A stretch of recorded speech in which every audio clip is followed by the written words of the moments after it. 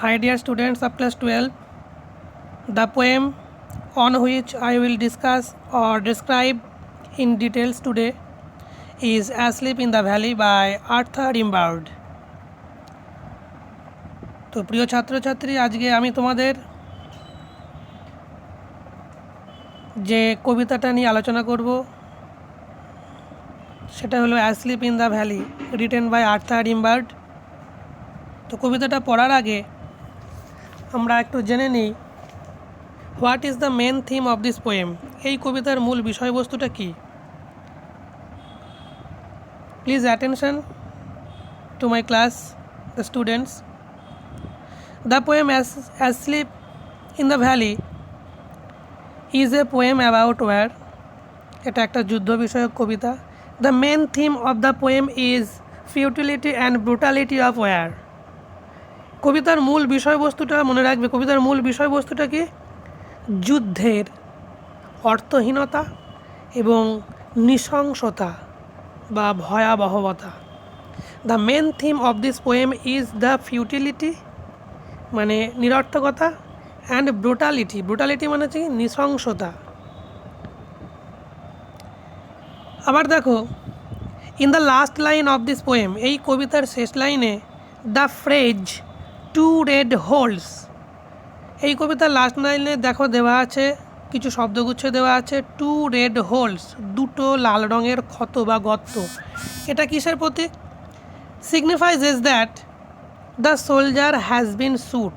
এটাই বর্ণনা করছে বা এটাই বুঝিয়ে দিচ্ছে যে the soldier has been shoot, যে সেই সৈন্যটাকে গুলি করা হয়েছিল বা ঘুষে গুলিবিদ্ধ হয়েছিল। Has been shoot to death, তাকে গুলি করে মারা হয়েছিল অ্যাট ওয়ার, যুদ্ধক্ষেত্রে। অ্যাকচুয়ালি সেই টু রেড হোলস হচ্ছে সিগনিফাইজেস বুলেট উন্ডস, অর্থাৎ বুলেটের ক্ষত বা গুলির ক্ষত।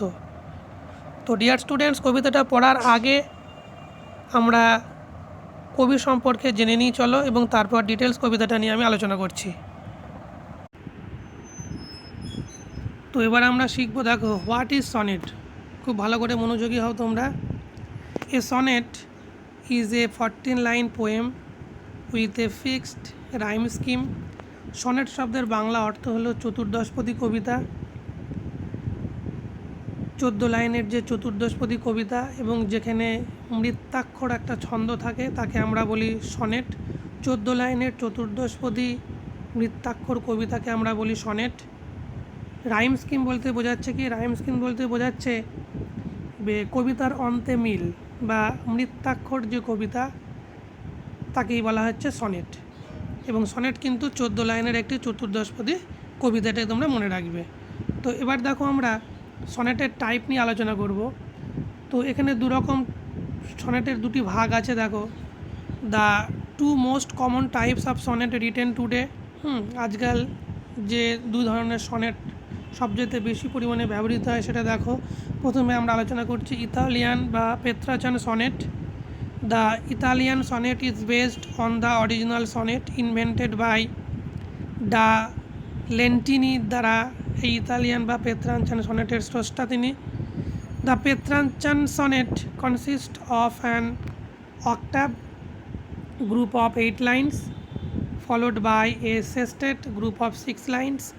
তো এই ইতালিয়ান বা পেত্রাচান সনেটের দুটো পার্ট আছে। প্রথম 8টা লাইনকে আমরা বলবো অক্টাভ বা বাংলায় আমরা বলি অষ্টক। আর শেষের যে 6টা লাইন গ্রুপ অফ 6 লাইন্স, শেষের যে গ্রুপ অফ 6 লাইন ওটাকে আমরা বলি সেস্টেট, যাকে আমরা বলি ষষ্ঠক।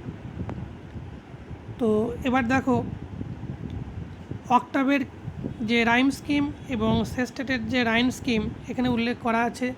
অক্টাভের rhyme scheme A B B A B B A for the octave, এটা কিন্তু অক্টাভের রাইম স্কিম। আর সেস্টেটের যে রাইম স্কিম সেটা হচ্ছে C D D C D D C D D E C E or C D D C C D for the সেস্টেট।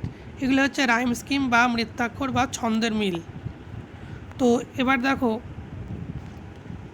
অক্টাটের কি বিষয়বস্তু আর সেস্টেটের কি বিষয়বস্তু সেই সম্পর্কে একটু আলোচনা করি। The octave introduces a problem or conflict চতুর্দশপদী বা সনেটের যে প্রথম 8টা লাইন যাকে আমরা অক্টাভ বলি, সেই অক্টাভে কী হয়, introduces a problem or conflict. এই অক্টাভে বা প্রথম 8টা লাইনে একটা সমস্যা বা একটা দ্বন্দ্বের সৃষ্টি হয়। মানে প্রথম 8টা লাইন কী করে, চতুর্দশপদী কবিতার প্রথম 8টা লাইন সমস্যা বা দ্বন্দ্বের সূচনা ঘটায়। And then the sestet addresses or solves the problem. এবং পরের যে 6টা লাইন যাকে আমরা সেস্টেট বা ষষ্ঠক বলি, সেখানে কী হয়, সেখানে সমস্যার সমাধান ঘটে। তাহলে প্রথম 8টা লাইনে আমরা দেখতে পাচ্ছি সমস্যা তৈরি হয়, এবং শেষের যে 6টা লাইন যাকে আমরা সেস্টেট বলি, সেখানে সমস্যার নিষ্পত্তি ঘটে। তো প্রিয় ছাত্রছাত্রী, নিচে দেখো তোমাদের অক্টাভ এবং সেস্টেটের যে রাইম স্কিম সেই সম্পর্কে দেওয়া আছে। ছন্দের মিলগুলো তোমরা পাশে লক্ষ্য করবে, যেমন এর সাথে এর মিল, বি এর সাথে বির মিল, যেমন আওয়ার, তারপরে বোয়ার, ফেন, পেন, হ্যাঁ, এরকমভাবে ছন্দের মিল ঘটানো আছে, তোমরা দেখলে সেটা বুঝতে পারবে।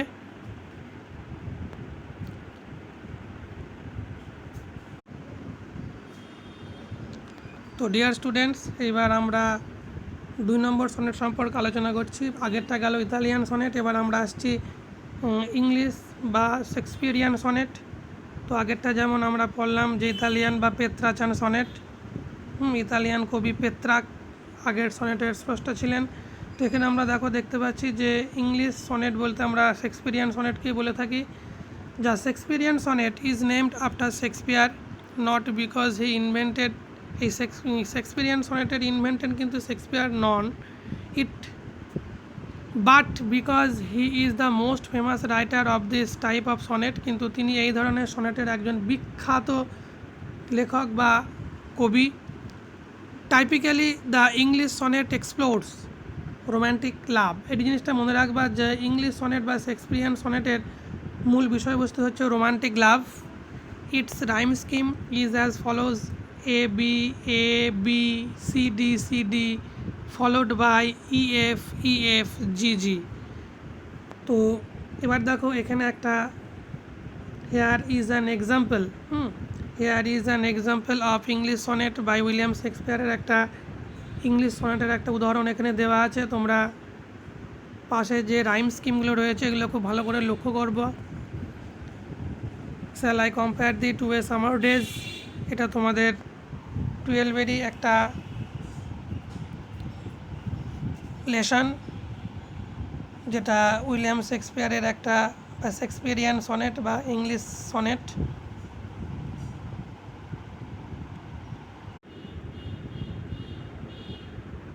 জিন নিকোলাস আর্থার রেমবার্ড,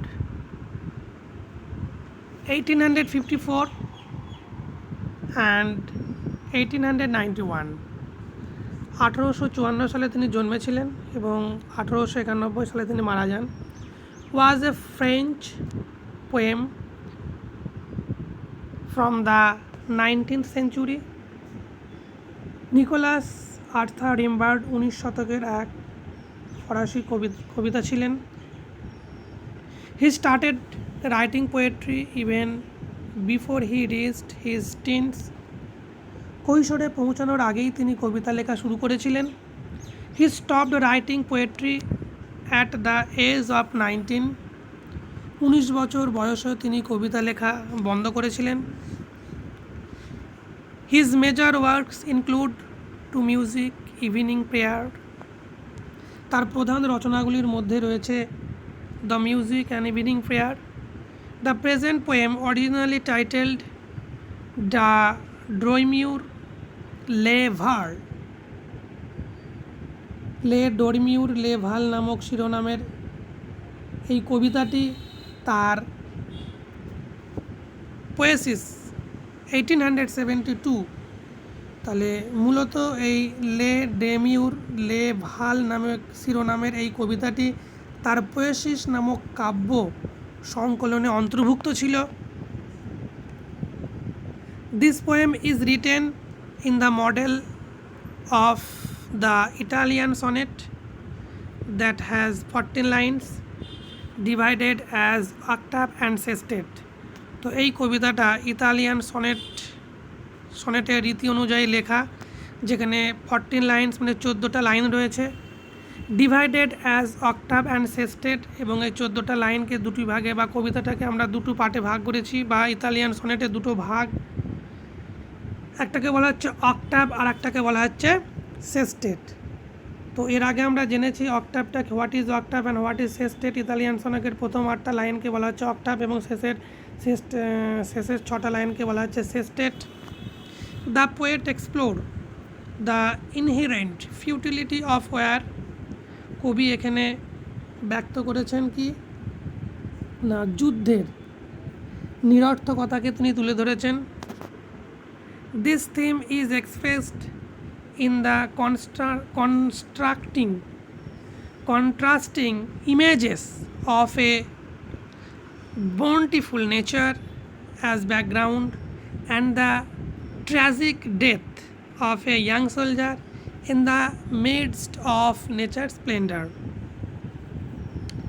তো এই থিমটি ব্যাকগ্রাউন্ড হিসাবে উদার প্রকৃতির বিপরীত চরিত্রগুলোকে এবং প্রকৃতির জাঁকজমকের মাঝে এক তরুণ সৈন্যের মর্মান্তিক মৃত্যুকে প্রকাশ করা হয়েছে। তো আমরা জিন নিকোলাস আর্থার রিমবার্ড এবং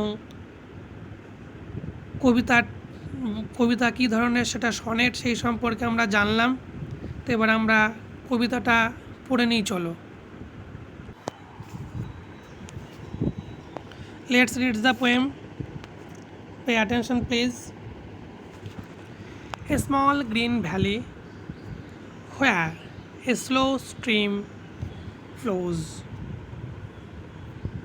ছোট সবুজ উপত্যকা যেখানে বইছে ধীর গতিতে একটি শান্ত নদী। তো দেখো, small green valley, green valley বলতে কি একটা ছোট সবুজ উপত্যকা। Where a slow stream flow, stream বলতে বোঝাচ্ছে ছোট নদী, ফ্লোজ মানে হচ্ছে বয়ে চলা। And leaves long strands of silver on the bright, যেন লম্বা রূপলি রেখা যা অতি উজ্জ্বল ঘাসের ওপর। দূর থেকে দেখে, নদীটাকে দেখে মনে হচ্ছে ঘাসের মধ্যে দিয়ে বয়ে চলা একটা উজ্জ্বল ফিতে। স্টেন্স বলতে কি বোঝায়? ফিতা। সিলভার মানে রূপলি রং, অন দ্য ব্রাইট ঘাস, অর্থাৎ অতি উজ্জ্বল ঘাসের মধ্যে দিয়ে একটা লম্বা রূপলি রেখা মনে হচ্ছে সেই ছোট নদীটাকে। From the mountain top stream the suns rays, পাহাড়ের চূড়া হতে নেমে আসছে সূর্যধারা। মাউন্টেন টপ বলতে বোঝাচ্ছে পাহাড়ের চূড়া। দে ফিল দ্য হলো ফুল অফ লাইট, আর সেই আলো পূর্ণ করে তুলছে বা ভরিয়ে তুলছে দ্য হলো মানে গুহাগুলোকে, বা ফাঁক পাহাড়ের মধ্যে যে গুহা থাকে হলো, সেই হলো বা গুহা বা ফাঁকা জায়গাগুলোকে। এ সোলজার ভেরি ইয়াং, এক সৈন্য, ভেরি ইয়াং যুবক এক সৈন্য, লাইজ ওপেন মাউথড, শুয়ে রয়েছে হাঁ মুখে বা খোলা মুখে। A pillow made of fern beneath is head, fern গাছ তার বালিশ, বা তার মাথার নিচে রয়েছে ফার্ন গাছের বালিশ। Made of fern, A pillow, pillow বলতে বালিশ, মেড অফ ফার্ন যেটা ফার্ন গাছের তৈরি, বা ফার্ন গাছের ঝোপঝাড়ের ওপর তার মাথাটা পড়ে রয়েছে, কবি এখানে সেটাই বলতে চেয়েছেন। আর বিনিথ ইজ হেড মাথার নিচে, বিনিথ বলতে নিচে। Asleep stretched in the heavy আন্ডারগ্রো,